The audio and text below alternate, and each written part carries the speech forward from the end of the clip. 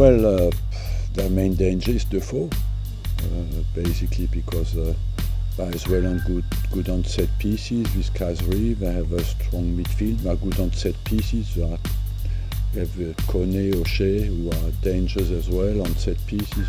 So overall, they are a team who is at the moment in a bad position, but it's early in the season, and the difference, it's very tight at the top and very tight at the bottom as well, so there's no differences made anywhere.